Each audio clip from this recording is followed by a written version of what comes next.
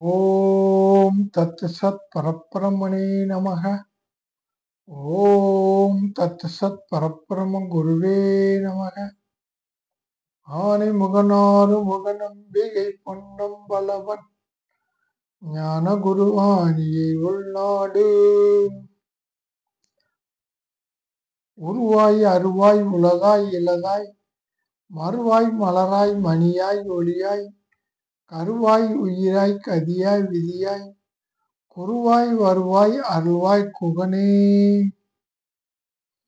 மதி பரிதி எரி நீர் கால் வான் அவனி இயமானன் வடிவாய் எல்லா அதிபதியாய் அனைத்துமாய் அல்லாத அறிவுருவை அகத்துள் வைப்பாம். திருச்சிற்றம்பலம். சசிவண்ண போதம் என்ற நூலை நாம் சிரவணம் பண்ணிட்டு வர்றோம்.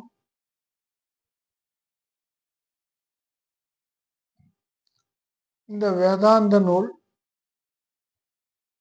ஆத்மாவை பற்றி சொல்லுகிறது. அதை நம்ம கேட்குறோம், படிக்கிறோம். அப்பிறகு சிந்திக்கணும், தெளிவடையணும். சசிவண்ணன் மகா பாவியா இருந்து நோயெல்லாம் வந்து மகானுடைய தரிசனத்தினால் அவருடைய பார்வையினால் நோயெல்லாம் நீங்கி சாதன சதுட்டியங்கள் கைவரப்பெற்று ஞானத்தை அடைந்து பெரிய மகான் ஆகிவிட்டான். அப்படிப்பட்ட அந்த சசிவண்ணனுடைய அந்த இதிகாசத்தை நம்ம பார்த்துட்டு வர்றோம். சென்ற வகுப்புல அறிவை பற்றி நல்லா சொன்னார்.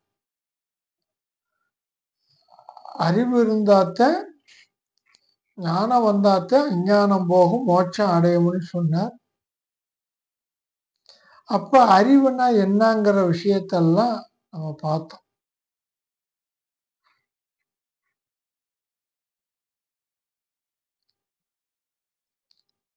அப்ப ஐயறிவறிந்து அவை அடங்கினவர் வேணும், மெய்யறிவில்லாதவர் வீடது பெறாரேனார்.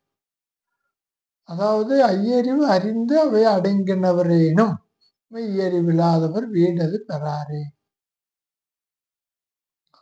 ஐம்புலன்களை அடங்கி தியானம் பண்ணி தியானத்துல இருந்தாலும் உண்மையான தத்துவ ஞானம் இல்லை என்றால், ஆத்ம ஞானம் இல்லை என்றால் மோட்சம் அடைய மாட்டார்கள் என்றார். அதை நம்ம பார்த்தோம். மெய்மெய் அறிவல்ல தமிழ் வேறு அறிவதெல்லாம் தம்மை அறியும் அறிவதே அறிவுதானே. தமக்கு வேறாக, ஆத்மாவுக்கு வேறாக அறியக்கூடிய அறிவு எல்லாமே உண்மையான அறிவு அல்ல, யதார்த்த ஞானம் அன்று. ஆத்மாவாகிய தனக்கு வேறாக அறியக்கூடிய அறிவெல்லாம் உண்மையான அறிவு கிடையாது, உண்மையான ஞானம் கிடையாது, தத்துவ ஞானம் கிடையாது, ஆத்ம ஞானம் கிடையாது அப்படின்னு சொன்னார். தம்மை அறியும் அறிவே அறிவுதானே. ஆத்மாவாகிய தன்னை அறியக்கூடிய அறிவுக்குத்தான் அறிவுன்னு பேரு. தன்னை ஆத்மாவாகிய தன்னை அறியக்கூடிய அறிவுக்குத்தான் அறிவுன்னு பேரு.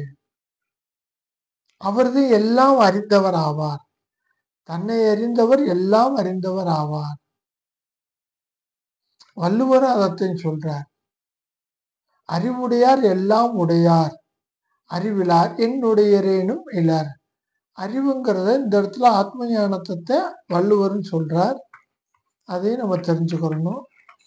இதுவரைக்கும் சென்ற வகுப்புல நம்ம பார்த்தோம். அறிவுங்கிற ஞானங்கிற கப்பல்ல ஏறுபவர்கள் பிறவி கடலை தாண்டுவார்கள் சொன்னார். சொன்ன பிறகு அறிவுனா என்னங்கிறத கொஞ்சம் பார்த்தோம் சென்ற வகுப்புல. மேலும் சொல்றார், பூசனையும் அது சகல பொருளும் அரிதமையும் ஈசனையும் வேறு அது அற அறிவது அறிவெனவே. பூசனையும் அது சகல பொருளும் அரிதமையும் ஈசனையும் வேறு அது அற அறிவது அறிவனவே. பூசனையும், பூசணின பூஜை பண்ணக்கூடிய ஆராதனை, இறைவனை ஆராதனை பண்ற பூஜை பண்றோம்ல, அதைத்தான் பூசனையும். அது சகல பொருளும், அந்த ஆராதனை பக்தி பண்ணுவதற்கு பூஜை பண்ணுவதற்கான அந்த பொருள்கள் எல்லாமே, தேங்காவள வெத்தலை வாக்கு இவைக எல்லாம் எடுத்துக்கலாம். ஏன்னா பூஜை பண்ணக்கூடிய பொருள்கள், பூஜைக்கான பொருள்கள். பூஜை எப்படி பண்றது, பூசை பண்றது, பூசைக்கான பொருள்கள் அரிதமையும், அந்த பூஜை எப்படி பண்ணணுங்கிற பூஜா விதிகளை எல்லாம் அறிந்திருக்கக்கூடிய ஜீவன், அறிந்து பூஜை பண்ணக்கூடிய ஜீவன். இப்படி மூன்றாவது. அதுக்கடுத்து ஈசன், பூஜிக்கப்படக்கூடிய ஈஸ்வரன். யாரை பூஜிக்கிறோம்? ஈஸ்வரனை பூஜிக்கிறோம். யாரு பூஜிக்கிறது? ஜீவன் பூஜிக்கிறான். எப்படி பூஜிக்கிறான்? அது பூஜை, அதுக்குத்தான் ஆராதனைன்னு பேரு. அது எதை கொண்டு பூஜிக்கிறான்? அதுக்கு சகல பொருள்கள், பூஜைக்கான சகல பொருள்கள் இப்படின்னு 4 இருக்கு. பூஜை பண்றது, பூஜைக்கான பொருள், பூஜிக்கப்படக்கூடிய ஈஸ்வரன், பூஜிக்கக்கூடிய ஜீவன் அப்படின்னு 4 இருக்கு. இந்த 4மே நீ ஒன்றாக, இதெல்லாம் 4 வேறுபாடு பார்க்காம ஒரே பொருளாக நீ பார்த்தீங்கன்னா, ஒரே பொருளாக நீ அறிந்து கொண்டே, ஆனால் அப்பத்தே உனக்கு ஞானம் வந்திருக்குன்னு அர்த்தம்.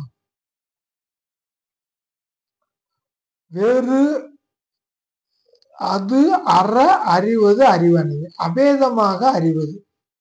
அபேதம்னா பேதமற்று பார்க்கறது, வேற்றுமை இல்லாம பார்க்கறது, எல்லாமே ஒன்னா பார்க்கறது. ஈஸ்வரன், ஜீவன், பொருள்கள், பூஜை எல்லாமே ஒன்னா பார்க்கறது. எப்படி ஒன்னா பார்க்கறது? எல்லாம் பிரம்மஸ்வரூபமா பார்க்கறது. பிரம்மத்துக்கு அந்நியமாக எதுவும் இல்லை, ஆத்மாவுக்கு அந்நியமாக இல்லை. எல்லாமே ஆத்மஸ்வரூபம், பிரம்மஸ்வரூபந்தேன்னு பார்த்துக்கிறதுக்குத்தான் அதார்த்த ஞானம் என என்று மானந்தி பராயணர் திருவாய் மலர்ந்து அருள. யாருக்கு? சசிவண்ணனுக்கு சொல்றார். அப்பா நீ 4 ஒன்றா பார்த்தேன்னா உனக்கு ஞானம் வந்துருச்சு அப்படின்னு சொல்லிட்டார். எல்லாம் சிவமயம் அப்படின்னு தெரிஞ்சுக்கிறதுக்குத்தான் தத்துவ ஞானம் வந்துருச்சுன்னு அர்த்தம். அதாவது கடல்ல உதிக்கக்கூடிய நுரை, திவலை, குமிழி எல்லாம் எப்படி தண்ணிமயமோ நீர்மயமோ, அங்கனும் பூச்சியனான ஈஸ்வரன், பூஜகனான ஜீவன், பூஜை, அதற்கு வேண்டிய பொருள்கள் எல்லாமே பிரம்மமயம்னு தெரிஞ்சுக்கிட்டோம். தெரிஞ்சு யாருக்கு தோணுதோ, யாருக்கு அந்த புத்திக்கு தெரியுதோ, அதுக்குத்தான் அவேத ஞானம் வந்துருச்சுன்னு அர்த்தம்.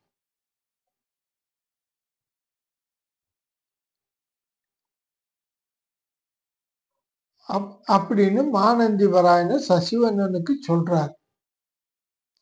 இதவே இன்னும் ஒரு அர்த்தமும் எடுக்கலாம் இந்த பாட்டுல. தமையும், தமைங்கிறது ஜீவனை குறிக்குது, ஜீவன் நம்மளை குறிக்குது.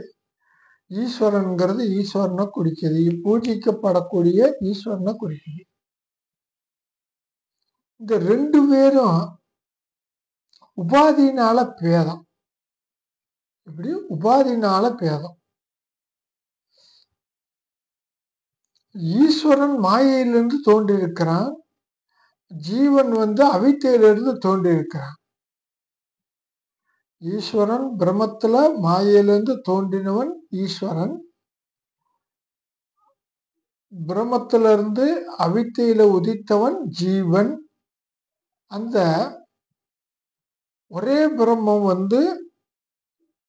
மாயையில பிரதிபிக்கும் போது ஈஸ்வரனாகவும், அதே பிரம்மம் அவித்தையில பிரதிபிக்கும் போது ஜீவனாகவும் தோன்றுகின்றான்.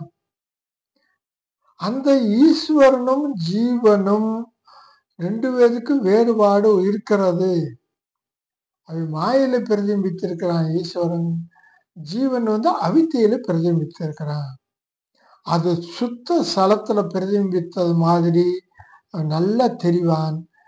மலின சலம், மலினம்னா அழுக்கோடு கூடிய தண்ணீர பிரதிபித்த மாதிரி இருப்பவன் ஜீவன்.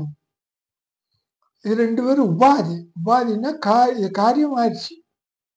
பிரம்ம ஈஸ்வரனா வந்துட்டான், பிரம்ம ஜீவனாக வந்துட்டான். ரெண்டு பேத்துக்கும் உபாதினால ஜீவனும் ஈஸ்வரனும் வேற. ஆனா ஆதாரமாக இருக்கக்கூடிய பொருள் ஒரே பிரம்மந்த.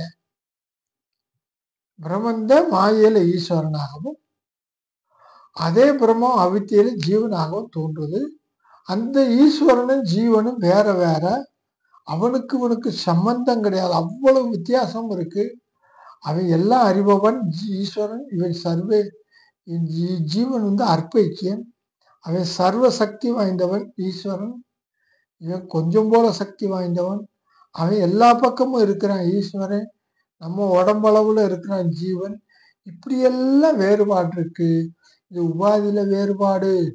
ரெண்டு பேரும் தோன்றுவதற்கு ஆதாரமாக இருந்த பொருள் ஒரே பொருள் தான். அது எது? பிரம்மந்த. அதத்தான் சொல்றார்.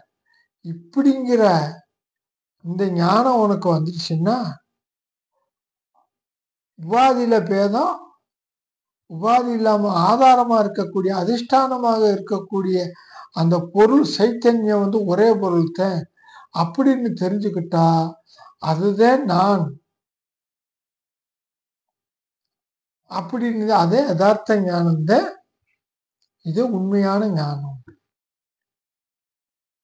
அப்படி இதுதான் இறைவனுக்கு செய்யக்கூடிய பூஜையும் சர்வ சாஸ்திரங்களுடைய அர்த்தமும் ஆகும். இதே எல்லா சாஸ்திரத்தினுடைய அர்த்தம் அது.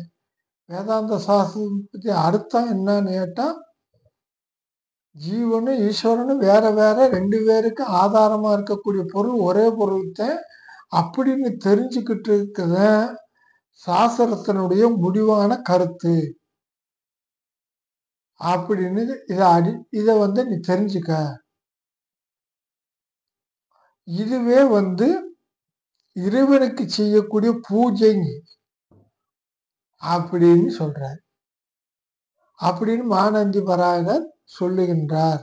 அப்படிங்கிற அர்த்தமும் இந்த செயலில் எடுத்துக்கலாம். பூசனையும் அது சகல பொருளும் அரிதமையும் ஈசனையும் வேறு அதை அறிவது அறிவனவே அப்படின்னு பார்த்தோம். எல்லாமே ஒன்றாக பார்க்கிறோம். ஒண்ணு ஈஸ்வரன், ஜீவன், அதுக்கான பூஜை, அதுக்கான பூஜைக்கான பொருள் எல்லாம் ஒன்றா பார்க்கறது ஞானம். ஈஸ்வரனும் ஜீவனும் உபாதியில பேதம், ஆதாரமா இருக்கக்கூடிய தோன்றுவதற்கு காரணமா இருக்கக்கூடிய அந்த பொருள் ஒரே சைத்தன்யம், அதுதான் பிரம்மா அப்படின்னு தெரிஞ்சுக்கிறதுக்குத்தான். தெரிஞ்சுக்கிட்டேன்னா இதை உண்மையான ஞானம். இதுவே ஈஸ்வரனுக்கு செய்யக்கூடிய பூஜை, இதுவே சாஸ்திரத்தினுடைய அர்த்தம் அப்படிங்கிற தெரிஞ்சுக்கிறதுக்கு இது ரெண்டாவது ஒரு கருத்து இந்த செயலுக்கு. அப்படி ரெண்டு அர்த்தம் எடுத்துக்கலாம். அதுக்கு அடுத்து என்ன சொல்ற? தானனும் உடம்பது தன்னை தவிர யானனும் அர்த்தம் உளவோ அருளுக எனவே. அப்படி சொன்ன உடனே சசிவனனுக்கு ஒரு சந்தேகம் வந்துருச்சு.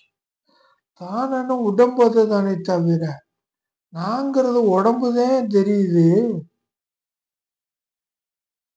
இதை தவிர, அதாவது நான் மனுஷன்னு சொல்றோம், நான் பிராமணன் வைசியன் இப்படிலாம் சொல்றோம். இதெல்லாம் இப்படி சொல்றது தூள சரீரத்தை சொல்றோம். தோல், ரத்தம், நரம்பு, எலும்பு, தோல், சதை, ரத்தம், நரம்பு, எலும்பு, மூளை. இதுக்கு தூள சரீரம்னு பேரு. தூள சரீரம் நான் சொல்றோம். நான் மனுஷனப்பா, நான் இன்னும் ஜாதிக்காரன் அப்படிலாம் உடம்ப வச்சுத்தானே சொல்றோம். நான்கிறது உடம்புதான் தவிர இதுக்கு வேறாக ஒன்றும் தெரியலையே. ஆன்மான்னு நான்கிறது ஒன்றும் தெரியலையே. அப்படிங்கிற ஆன்மா உடம்புக்கு வேறாக ஒண்ணு இருக்கிறதா? அப்படின்னு இருந்துச்சுன்னா சொல்லு அப்படின்னு சொல்ல வேண்டும் அப்படின்னு மானந்திவராயனராய தன்னுடைய குருவை பார்த்து சீடனான சசிவண்ணன் கேட்கின்றான். நான் படுத்திருக்கேன், இழைச்சிருக்கேன், நான் மனுஷன், நான் பிராமணன், நான் சத்திரியன் அப்படிலாம் சொல்லிக்கிட்டு இருக்காங்களே, உடம்பு தானே நான்னு தெரியுது, ஆத்மாவை நான்னு தெரியலையே. அந்த உடம்புதான் நான்கிறது ஆத்மாவாக தெரியுது, இதான் ஆத்மா அப்படின்னு கேட்கிறேன். இப்படி சொன்ன உடனே மானந்திவராயனருக்கு என்ன ஆச்சு? நம்ம ஒன்ன சொல்லி இவன் உடம்ப நான் நினைச்சுக்கிட்டு இருக்காங்க, இந்த சசிவண்ணனுக்கு சொல்லலாமா வேணாமான்னு யோசனை பண்ணி பார்க்கிறாரு. அப்படிலாம் யோசனை பண்ணி எங்களை சொல்லாம விட்டுறாதீங்க, உண்மை பொருளை எனக்கு உள்ளபடி சொல்லணும் அப்படின்னு சசிவண்ணன் கேட்கிறார். பெரியவர்கள்லாம் சொல்ல மாட்டார், கேட்கிற விதமா இருந்து கேட்டாத்தையும் சொல்லுவார். ஆத்மாவை பற்றி, உண்மை பொருளை பற்றி அவருக்கு தொண்டு செஞ்சு அவருடைய அந்த கர்மத்துல ஞானிகளுக்கு தோணுச்சுனாத்தான் தன்னுடைய சொரூபத்தை ஆத்மாவை பற்றி சொல்லுவார்கள். பக்குவம் இல்லாம, பணிவு இல்லாம, அகங்காரத்தோடு கேட்டோம்னா, மும்மூச்சுத்துவம் இல்லைன்னா அதெல்லாம் சொல்ல மாட்டாரு.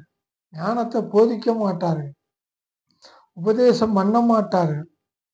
ஞானிகள் பக்குவம் ஆனாத்த, ஓரளவுக்கு பக்குவம் ஆனாத்த சத்துவகுணத்துல இருந்தாத்தையும் சொல்லுவார்கள்.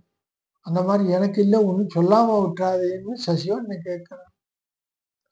அவர் சொல்லிட்டு மேல அவர் சொல்றார், எனது ஆடை பொன் பூ மகன் தையல் பாய்மா இவன் கண் முகம் கால்கை மெய்யென்ன என்றும் தனதாயுரைப்பான் வகுத்தந்த ஊனை தான் என்ற ஐயத்தும் சொல்லத்தக்கதன்றே. அதாவது கொஞ்சம் தூள சரீரத்தை சொன்ன உடனே இவர் கொஞ்சம் பிரிச்சு சொல்றார். உலகத்துல ஒரு ஒரு மனுஷன் என்ன சொல்றாரு, எனது ஆடை, எனது ஆடைன்னு சொல்றோம். இந்த இது எனது ஆடை, என்னுடைய துண்டு இப்படி சொல்றோம்ல, இது எனது ஆடை. பொன், என்னுடைய பொண்ணு, அதாவது சுவர்ணம், அதாவது என்னுடைய தங்கம். மோதிரம் போட்டுட்டு இது ஏன் ஏன் தங்கம்ப்பா, என் மோதிரம் என் தங்கம். பூனா என்னுடைய பூமி சொல்றோம்ல, என்னுடைய பிளாட்டுன்னு சொல்றோம்ல, அதே மாதிரி என்னுடைய பூமி, மகன் என்னுடைய மகன், இப்படிலாம் சொல்றோம். ஐயல் என்னுடைய மனைவி, தையல்னா மனைவின்னு அர்த்தம், என்னுடைய மனைவி இப்படின்னு சொல்றோம்ல. அப்புறம் என்னுடைய குதிரை, என்னுடைய குதிரை, எனது இவம், எனது யானை அப்படின்னு நம்ம சொல்றோம். ஒன்னொன்னா சொல்றோம். நான் வேற என்னதுன்னு சொல்றேன். என்னது, என்னுடைய ஆடை, என்னுடைய தங்கம், என்னுடைய மோதிரம் அப்படின்னு சொல்றோம். என்னுடைய பூமி, என்னுடைய மகன், என்னுடைய மனைவி, என்னுடைய குதிரை, என்னுடைய யானை, இப்படியெல்லாம் இந்த நமக்கு வேறாக இருக்கக்கூடிய பொருள்களை என்னது என்னதுன்னு நல்லா சொல்றோம். ஆனா இதெல்லாம் நான் கிடையாது, நான் வேற, என்னது வேற. இது ஆடையெல்லாம் எனக்கு என்னது என்னது, நான் ஆடை நான் கிடையாது, வஸ்திரம் நான் கிடையாது, தங்கம் நான் கிடையாது. அது என்னுடைய தங்கம், என்னுடைய பூமி, என்னுடைய புத்திரன், என்னுடைய மனைவி, என்னுடைய குதிரை, என்னுடைய யானை அப்படின்னு சொல்றோம். சொல்றோமா இல்லையா? அதை போல இது எனக்கு வேறாக இருக்கு சொல்றது சரி. அது ஆனா இங்கேயே சொல்றது மாதிரி இன்னொன்னு சொல்றோம். எனது கண், எனது முகம், எனது கால், எனது கை, எனது மெய்யை, எனது உடம்பு, மெய்யினா உடம்பு அப்படின்னு சொல்லி என்ன என்று இந்த ஊனை, இந்த மாமிசம் பொருந்திய உடலை வேறுபரித்து எப்போதும் தன்னுடையாக கூறுவன். இது ஏன் தன்னுடையதா கூறுறோம்? அத என்னுடைய கண்ணு, என்னுடைய முகம், என்னுடைய காலு, என்னுடைய பாதம், என்னுடைய கை, என்னுடைய உடம்பு, இப்படி எல்லாம் உள்ள உடம்புக்குள்ள இருக்கிறது ஒண்ணு என்னது என்னதுங்கிறோம். என்ன சொன்னோம்? உடம்புக்கு வேறாக இருக்கிறது என்னதுன்னு சொன்னோம். என்னுடைய வஸ்திரம், என்னுடைய தங்கம், என்னுடைய பூமி, என்னுடைய புத்திரன், என்னுடைய மனைவி, என்னுடைய குதிரை, என்னுடைய யானைன்னு எனக்கு இந்த உடம்புக்கு வேறாக இருக்கிறது என்னதுன்னு சொன்னோம். அதை விட்டுட்டு இந்த உடம்புக்குள்ளேயே என்னதுன்னு ஆரம்பிச்சிட்டோம். எனது கண்ணு, எனது முகம், எனது காலு, எனது கை, எனது உடம்பு, இதுல பாட்டு பாட்டா சுட்டு மொத்தத்துக்கு ஏன் உடம்புட்டான் அப்படின்னு இது என்னதுன்னு சொல்ல ஆரம்பிச்சாச்சு. சொன்ன உடனே அப்படி இந்த உடம்பவே என்னதுன்னு சொல்றோம். தூள சரீரத்தை என்னதுன்னு சொல்லிட்டோம். என்னதுன்னு சொன்னா அப்ப நான் ஒருத்தன் தனியா இருக்கணும். நான் தனியா இருக்க போய்தான் ஏன் ஆடைன்னு சொன்னேன், ஏன் மோதிரம்னு தங்கம்னு சொன்னேன், ஏன் பிளாட்டுன்னு ஏன் பூமின்னு சொன்னேன், ஏன் மகன்னு மத்து புத்திரன்னு சொன்னேன், ஏன் மனைவின்னு சொன்னேன், ஏன் குதிரைன்னு சொன்னேன், ஏன் யானைன்னு சொன்னேன். அதுக்கெல்லாம் வேறாக இருந்து கொண்டு என்னதுன்னு சொன்னேன். அது சரி. இப்போ உடம்புக்குள்ள இருக்கிறதுவே என்னதுன்னு சொல்றேன். என் கண்ணு, என் முகம், என் காலு, என் கை, என் உடம்பு, மொத்தத்துக்கு டோட்டலா என் உடம்பு, இதெல்லாம் ஏன் உடம்பு அப்படின்னு இந்த உடம்புக்கு இந்த வியலுக்கெல்லாம் வேறாக ஒருத்தர் இருக்கிறான். அவன் நான், அவன் என்னதுன்னு சொல்றேன். அப்படின்னு தனதாய் உரைப்பான் வகுத்து இந்த ஊனை வகுத்து வகுத்து பிரிச்சு பிரிச்சு சொல்றானே. அதனால இந்த உடம்பெல்லாம் நீ கிடையாது, தான் என்று அயத்தும் சொல்லத்தக்கதென்றே. இத நான் சொல்ல முடியாது. ஏன்? கண்ணு, முகம், கை, காலு, உடம்பு இதெல்லாம் என்னதுன்னு சொல்றதுனால, என்னதுன்னு சொல்றதுக்கு வேறாக ஒருத்தர் நான் ஒருத்தர் இருக்கிறேன். அவங்க நானே தவிர இவைகள்லாம் நான் கிடையாது. நான் கிடையாது அப்படின்னா இதெல்லாம் ஆத்மா கிடையாது. இப்ப நான்கிறது எது? அதுதான் ஆத்மா. அந்த ஆத்மாதான் என்னதுடைய கண்ணு, என்னுடைய மூக்கு, என்னுடைய உடம்பு, என்னுடைய முகம், என்னுடைய கை, என்னுடைய காலு, என்னுடைய உடம்பு அப்படின்னு சொல்லுது. அப்ப இந்த உடம்புக்கு வேறாக ஒருத்தன் இருக்கிறான், அதுதான் ஆத்மா. இத தூள சரீரத்தை ஆத்மான்னு சொல்லக்கூடாது அப்படின்னு சொல்லிட்டார். அது இந்த பாட்டினுடைய அர்த்தம். அதாவது எது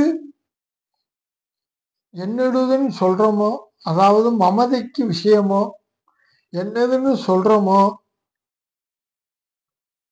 அது ஆத்மா கிடையாது. எது நான் இருந்துகிட்டு என்னதுன்னு சொல்லுதோ அந்த நான் தான் அகங்கிறது, நான்கிறது. அகம் நான், மமம் மமதை அப்படின்னா என்னதுன்னு அர்த்தம். அகங்கிறது நானு, மமதைனா என்னதுன்னு அர்த்தம். அப்ப என்னதுன்னு சொல்றதுல நான்கிற ஒருத்தர் இருந்துகிட்டு என்னதுன்னு ஒருத்தன் சொல்றேன். நான்கிறது அகம், என்னதுங்கிறது மமதை. அப்போ உடம்பவே என்னது, என்னுடைய கண்ணு என்னுடைய சொல்லும் போது நான்கிறவன் ஒருத்தன் தனியா இருக்கிறேன். அவன் இருந்துகிட்டு என்னுடைய கண்ணு, என்னுடைய காலு, என்னுடைய மூக்கு, என்னுடைய முகம் இப்படின்னு சொல்லிக்கிட்டே இருக்கேன். என்னுடைய உடம்புன்னு சொல்லிட்டேன். இப்ப இந்த உடம்புக்கு வேறாக ஒருத்தன் இருக்கின்றான், அவன்தான் நான். அதனால உடம்ப நான் சொல்லக்கூடாது, இதை ஆத்மான்னு சொல்லக்கூடாது. ஆத்மாவை அறியறதுக்கு தான் அறிவுன்னு பேரு. இதெல்லாம் ஆத்மா கிடையாது, உடம்புலாம் ஆத்மா கிடையாது அப்படின்னு சொல்லிட்டார். அதுக்கு அடுத்து இந்த விளக்கம் அடுத்த செய்யுள் சொல்றார். தாளாக ஊராளி யார் என்னில் வீணா, தண்டாக வன்மார்பு தட்டாக மொட்டாம், நாலாம் மலர் சென்னி கூந்தல் கொடித்தேர், நானாலும் ஊர்வானில் வேறாக நாடே. தாள் ஊராளியாக, அதாவது பாதங்கள் இருக்கு, நமக்கு கால் இருக்கு, ஊர்ந்து செல்லும் சக்கரங்களாக. அதாவது இந்த உடம்ப தேருக்கு ஊமானமாக சொல்றார். நமக்கு கால் இருப்பதை போல தேருக்கு சக்கரங்கள் இருக்கிறது. தேர் இருக்கு, அதுக்கு சக்கரம் இருக்கு. அதே போல நமக்கு கால் இருக்கு.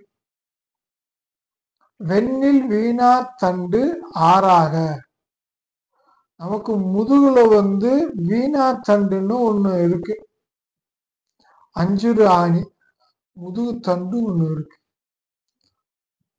அதே போல தேருக்கு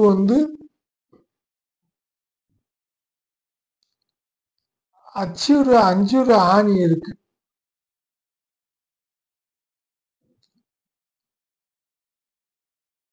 அதாவது இப்படி அந்த தேர்ல நடுமை போல்னு சொல்லுவாங்க.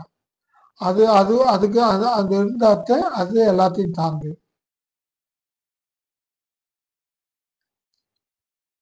அப்புறம் ஆச்சா நமக்கு முதுகுத்தண்டு இருக்கு, அதுக்கு அஞ்சுரு ஆணி. இந்த குறுக்கு வாக்குலையும் ரெண்டு சக்கரத்துக்கு இடையில போடுறதுக்கும் அது அது அது எடுத்துக்கலாம். அதுதான் சக்கரத்தையும் தாங்குது, மேல இருக்கிறதையும் தாங்குது, தேரையும் தாங்குது. அதுக்குத்தான் அஞ்சுரு ஆணின்னு பேரு. அப்புறம் வன்மார்பு தட்டாக, நமக்கு வன்மை புரிஞ்ச மார்பு இருக்கு. இந்த மார்பு தேர் தட்டு, தேர் தட்டு அப்படி. நாலாம் மலர் சென்னி முட்டா, அந்த நமக்கு சிரசு இருப்பதை போல அந்த தேருக்கு முட்டு கோவாரம், கோபாரம் இருக்கு. கோபாரமா தேரு கோபுரம் இருக்குல்ல, அமைச்சிருக்காங்கல்ல, அதுக்குத்தான் முட்டுன்னு பேரு. சென்னி முட்டு, நாலாம் மலர் சென்னி. அன்று அளந்தா பூக்கள் அணிந்த சிரசானது மொட்டாகவும், அதாவது பூவு போட்டிருந்தா தலையில பூவு இருக்கு. அதே போல அந்த தேர் தட்டுல அந்த கோபுரம் கட்டியிருக்காங்க. ஆசாரியெல்லாம் செய்து இந்த தேர் தட்டுல கோபுரம் செஞ்சிருக்கு. அப்பிறகு அதுல நமக்கு கூந்தல் இருக்கிறதை போல அங்க கொடி இருக்கு. கூந்தல்னா முடி, முடி இருப்பதை போல அந்த தேர்ல மேல கொடி வச்சு கொடி கட்டிருக்கு. அப்புறம் இந்த தேர் மொத்தமா அந்த தேர் என்னன்னு கேட்டா இந்த உடம்புதான் தேர், உடம்புதான் தேர். நாலாலம் எப்போதும் செலுத்துகின்ற புருடனினும் ஊர்வானில் வேறாக நாடு, செலுத்துகின்ற புருடனினும் அந்நியமாக நீ கருது. இந்த தேரே மனுஷன் கிடையாது, தேரே புருடன் கிடையாது.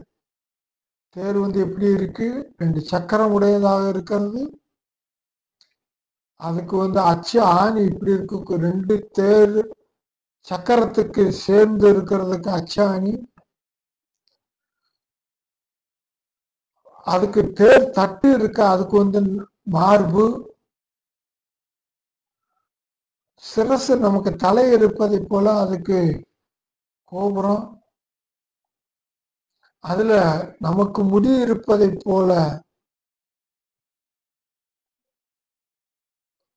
அதுக்கு கொடி, கூந்தல் இருக்கிறது மாதிரி கொடி இருக்கு. அப்ப இந்த உடம்பு இந்த தேருக்கு சரியா இருக்கு. ஆனா தேருக்குள்ள ஒருத்தர் உட்கார்ந்து இருக்க, அவன் தேரை ஓட்ட. அப்ப தேருக்கு வேறாக ஒரு புருடன் இருக்கிறான். அதே போல இந்த உடம்புங்கிற தேருக்கு உள்ள வேறாக ஒருத்தர் உள்ள இருக்கான். அதனால அவன் ஆத்மாவை தவிர இந்த உடம்பு ஆத்மா கிடையாது அப்படின்னு தெரிஞ்சுக்கணும். ஒரு ஓமான ஓமயத்தோட ஒரு கருத்தை சொல்லியிருக்கார். உடம்ப தேருக்கு சமானமா சொல்லியிருக்கார். தேருக்கு 2 சக்கரம் இருக்கு, மனிதனுக்கு புருடனுக்கு 2 கால் இருக்கு. அதுக்கு அச்சாணி இருக்கு, இங்க முதுகு தண்டு இருக்கு. அதுக்கு தேர் தட்டு இருக்கு, இங்க மார்பு இருக்கு மனிதனுக்கு. அதுக்கு அங்க பூக்கள் அணிந்த அந்த மொட்டு இருக்கு, பூக்கள் அணிந்த மொட்டு இருக்கு. அந்த சிற்பம்லாம் செதுக்கி இதை வச்சிருக்கக்கூடிய மொட்டு. இங்க சிரசு இருக்கு, மனிதனுக்கு சிரசு இருக்கு. அங்க கொடி கட்டி இருக்கு, இங்க கூந்தல் இருக்கு, முடி இருக்கு. அப்ப அந்த தேர் இந்த மனிதனுக்கு ஓமானமாக சொல்லப்பட்டிருக்கு, இந்த உடம்புக்கு ஓமானமா சொல்லப்பட்டிருக்கு. அந்த தேருக்குள்ள ஒருத்தர் உட்கார்ந்து இருக்கிறான் எஜமான், அவன் வேற. இந்த உடம்புக்குள்ள ஒருத்தர் இருக்கிறான், அவன் வேற. இந்த உடம்புக்கு வேறாகவும் உடம்புக்குள்ளே இருக்கிறான், உடம்புக்கு வேறாகவும் உடம்புக்குள்ளே இருக்கிறவன் ஒருத்தன். ஆக்குள் உடம்பு உள்ள இருக்கிறவன் தான் ஆத்மா, இந்த உடம்பு ஆத்மா கிடையாது. அந்த தேரு மனிதன் கிடையாது. தேருக்குள்ள ஒருத்தர் உட்கார்ந்துருக்க எஜமான், அவன்தான் மனிதன், அவன் புருடன். தேரே எஜமான் கிடையாது அப்படின்னு தெரிஞ்சுக்கணும். இன்னொரு கோணத்துல ஒண்ணு சொல்லுவாரு, உடம்புங்கிற அந்த ரதத்திற்கு, தேருக்கு இந்திரியங்கள் குதிரையாகவும், மனம் கடிவாளமாகவும், புத்தி சாரதி தேர் ஓற்றவனாகவும், ஆன்மா எஜமானனாகவும் இருக்கின்றான். 5 குதிரை பூட்டிருக்கு. அந்த குதிரை இந்திரியங்கள், மெய்வாய் கண் மூக்கு செவி. கடிவாளம் எதுன்னு கேட்டா மனசுதான் கடிவாளம். தேர் ஓற்றமே யாரு? புத்தி. ஆனா உள்ள தேர் உள்ள உட்கார்ந்து இருக்கிறது யாரு? எஜமான். ஆக்குடி இது செம்மையா ஓட்டி கொண்டு போய் சேர்த்தாத்தேன் எஜமான் நல்ல இடத்துக்கு போய் சேருவார். இல்லைன்னா தேர் கவுந்து இதாயிருப்போம். அதே போல நல்ல மார்க்கத்துல போய் ஞானத்தை அடைஞ்சு மோட்சத்தை அடையலாம். தீய பழக்கத்துல போனோம்னா உடம்பும் போயிடும், அடுத்தடுத்து பாவதோஷம் வரும், அடுத்தடுத்து பிறவியெல்லாம் வந்துகிட்டே இருக்கும் அப்படிங்கிற கருத்தை சொல்றார். இதைத்தான் கீதையிலையும் சொல்லியிருக்கிறார், பகவான் சொல்லியிருக்கார். மேலும் இதை சொல்றார். உடம்புக்கு உடம்பு ஆன்மா இல்லைன்னு பண்ண சொல்லி வர்றார். கட கொஞ்சரம் பண்ணி ஒன்னின்று ஒருத்தன் கைவாதம் கண்ணங்கள் மெய்கோலி இயக்கம் கிடக்கும் நடத்தாவிடத்து இவ்வுடம்பும் கிடக்கும் ஒருத்தன் நடத்தாவிடத்து. கட கொஞ்சரம் பண்ணி ஒன்னின்று ஒருத்தன் கைவாதம் கண்ணங்கள் மெய்கோலி இயக்கம். அதாவது மூங்கி மரம் இதுகள் எல்லாம் ஒரு யானை உருவம் பண்ணிருக்கு. யானையை போல செஞ்சிருக்காங்க மரத்துல. மூங்கி மரத்து இதெல்லாம்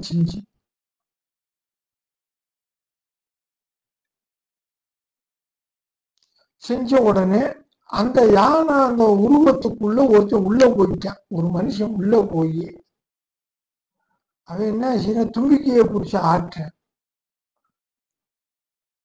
உள்ள ஆட்டினோட தும்பிக்கை ஆடுற மாதிரி இருக்கு. ஆடுது.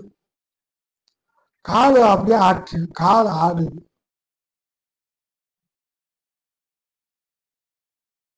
காலை பிடிச்ச ஆட்டுறேன். காதும் ஆடுது. இப்ப என்ன ஆச்சு? உண்மையான யானை இயக்குவது போல இயங்குது.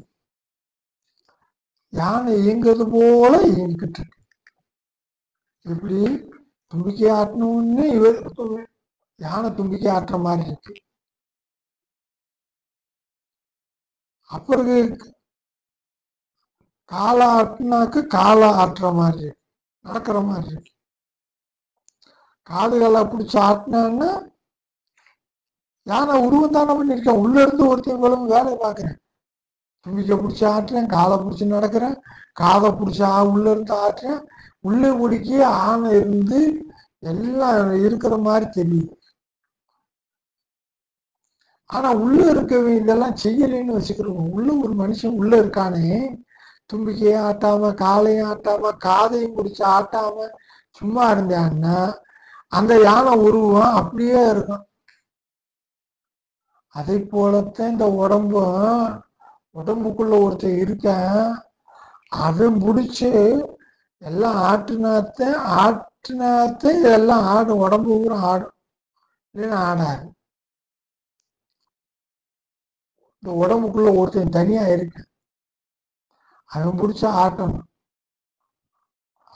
அவன் செயல் புரிஞ்சாத்து உடம்பு செயல் புரியும். இல்லைன்னு செயல் புரியாது. ஆக உடம்புக்கு வேறாக உள்ள ஒருத்தர் இருக்கான் அப்படின்னு தெரிஞ்சுக்கலாம். இப்ப இங்க மற்ற ஊர்கள்ல எல்லாம் அந்த குதிரை பொம்மலை ஆட்டம்னு ஆடுவாங்க. அந்த குதிரைக்குள்ள ஒருத்தன் போய் உள்ள வந்துருக்கு தங்குதுன்னு குதிப்பேன். குதிரை குதிக்கிற மாதிரியே இருக்கும். நம்ம பார்க்க நல்லா வேடிக்கை பார்க்கணும். அப்ப குதிரை ஒண்ணு உள்ள இருக்க ஆடுறதுனால குதிரை ஆடுது. இவனுக்கு என்ன ஆச்சு? உள்ள இருக்கவனுக்கு படாத வயிறு போயிடுச்சு. அந்த தூக்கி இறக்கி வச்சுட்டு அங்க போய் சாப்பிட போயிட்டான்.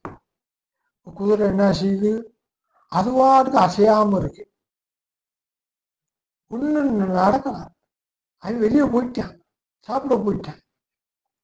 திரும்ப வந்து உள்ள போய் சாப்பிட்டு இன்னொரு பிடிச்சி ஆடுறேன். அப்ப குதிரை ஆடு.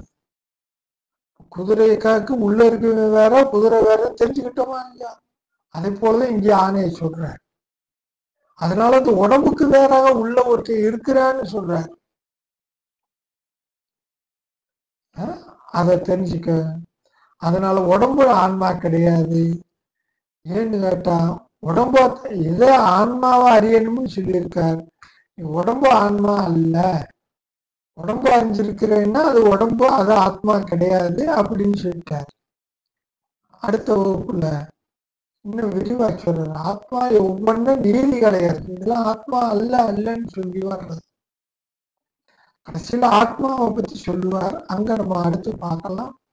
அடியே என்னையால அருள்வேன் சாற்றி படி மீது வந்த பரணே கொடிய நீண்டனாதே பலவிழந்தனே வீடளித்த கண்ணா கடை போகட்டார் தந்தையாவானும் சார்கதியின் காவானும் அந்த விழா இன்ப நமக்கு இவானும் எந்த நுயர்தானாகுவானும் சரணாகுவானும் அருள் கோணாகுவானும் குரு.